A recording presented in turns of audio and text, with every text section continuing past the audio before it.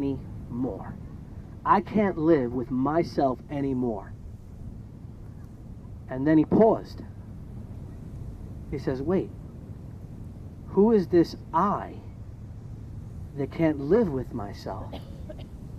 Because for the first moment in his life, he had seen the division between his real self and his perceived self. The dream, of being a man, and the consciousness, the spirit, the awareness behind that was thinking about this. And that division, once it happens, it never goes away. You may forget a little bit here and there, but it's like, the torch of wisdom, it's lit, it's never extinguished. And from that moment on, Eckhart Tolle started to see the difference between his mind, his thoughts about things, and the things themselves. And what I've discovered and what's been effective in the classroom is that what happens to us in our lives is typically not even nearly as important as how we think about those things that have happened. Well, there you guys are. You guys are all different color. It's like vibrant. It's like HD. I went from the antenna with the hanger to flat screen all of a sudden. The words that we think about our situations and our opinions and beliefs about the things that have happened are actually more important than the things that have happened themselves. But when we identify with the dream, we don't see it that way. The Greek philosopher Plato had an allegory called the allegory of the cave. And in it, there's people who are chained up, and they're looking at a wall, and they can't turn. They're chained in such a fashion that all they can do is look at this wall. Now, there's a fire that's burning behind them. They can't see it. What they do see are shadows on the wall, and they mistake the shadows for being reality. What they don't realize is that they are the creator of those shadows. And the light behind is the soul. It's not the mind. I mean, we have to help our minds out, but there's got to come a point where we escape from the mind. Because the mind is our problem. The mind is the problem. We're thinking too much of the time. And those thoughts and that chatter isn't the real us. I like to think of us as humans, clear plate glass. It's like a crystal glass, perfectly clear, transparent. Everything that happens is like a paint brush stroke. We're not the paint. We're the glass that's holding it. We have to stop identifying with the paint. We have to stop identifying with the things that have happened. And it doesn't mean that we're condoning things that have happened, because everybody here has suffered in their own way. And it doesn't mean that being abused is okay, that I'm detaching from the mind. It doesn't mean that at all. It just means we're not going to offer up any more resistance to the things that are happening.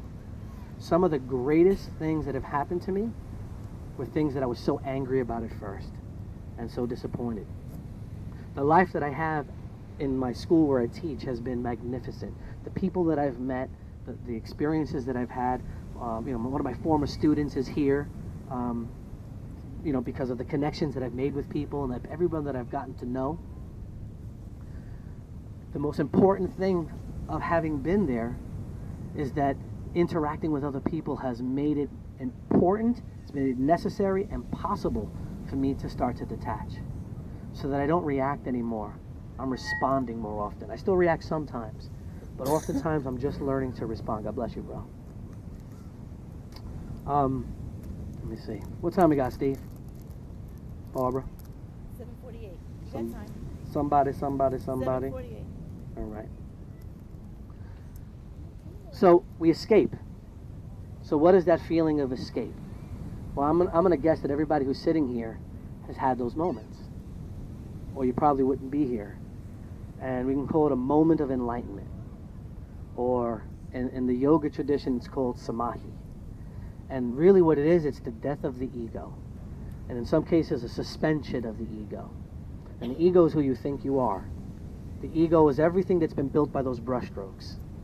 But when that disappears for a second, you become suspended in openness, which is really our nature. And we have all felt that probably at some point in our lives. And I'm hoping that when you leave here today, you realize that you didn't dream this stuff up, that we're all divine, and that the words that I'm saying, they're not necessarily my words, but that you were here, that I'm here for you, and that the universe is here for you, and that the synchronicities is for you, that divine language is for you, so that you could remember who you are and not identify with all the things that have happened before. I have a quote that I wanted to show you guys, and it was long, so I copied it down. So I was in Florida recently, and I re-watched a series of videos that Steve has watched also, Inner Worlds, Outer Worlds. And it's just super, super amazing. And if you don't mind, I'm going to read this to you. So it says, "You were on your way home when you died. It was a car accident. Nothing particularly remarkable, but fatal nonetheless. You left behind a wife and 2 children. It was a painless death. The EMTs tried their best to save you, but to no avail. Your body was so utterly shattered you were better off. Trust me. And that's when you met me." What happened, you asked? "Where am I?" "You died," I said matter-of-factly. No point in mincing words. "There was a truck, and it was skidding." "Yup," I said. I died?" "Yup. Don't feel bad about it. Everyone dies," I said. "You looked around. There was nothingness, just you and me." "What is this place?" you asked. "Is this the afterlife?" "More or less," I said. "Are you God?" you asked. "Yup," I replied. "I'm God."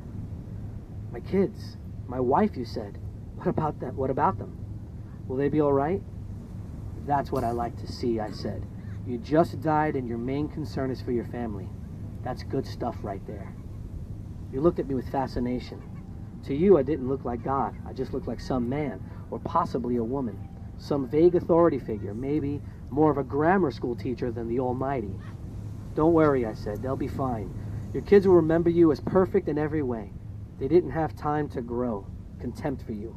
Your wife will cry on the outside, but will be secretly relieved. To be fair, your marriage has fallen apart.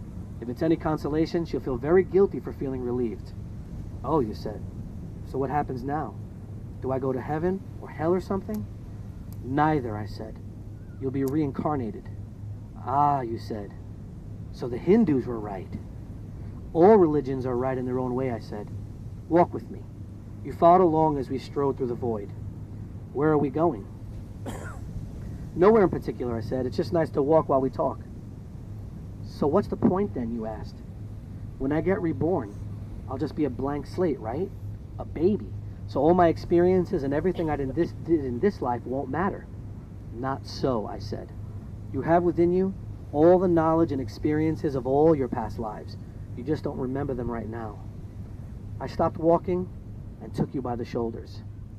"Your soul is more magnificent, beautiful, and gigantic than you can possibly imagine.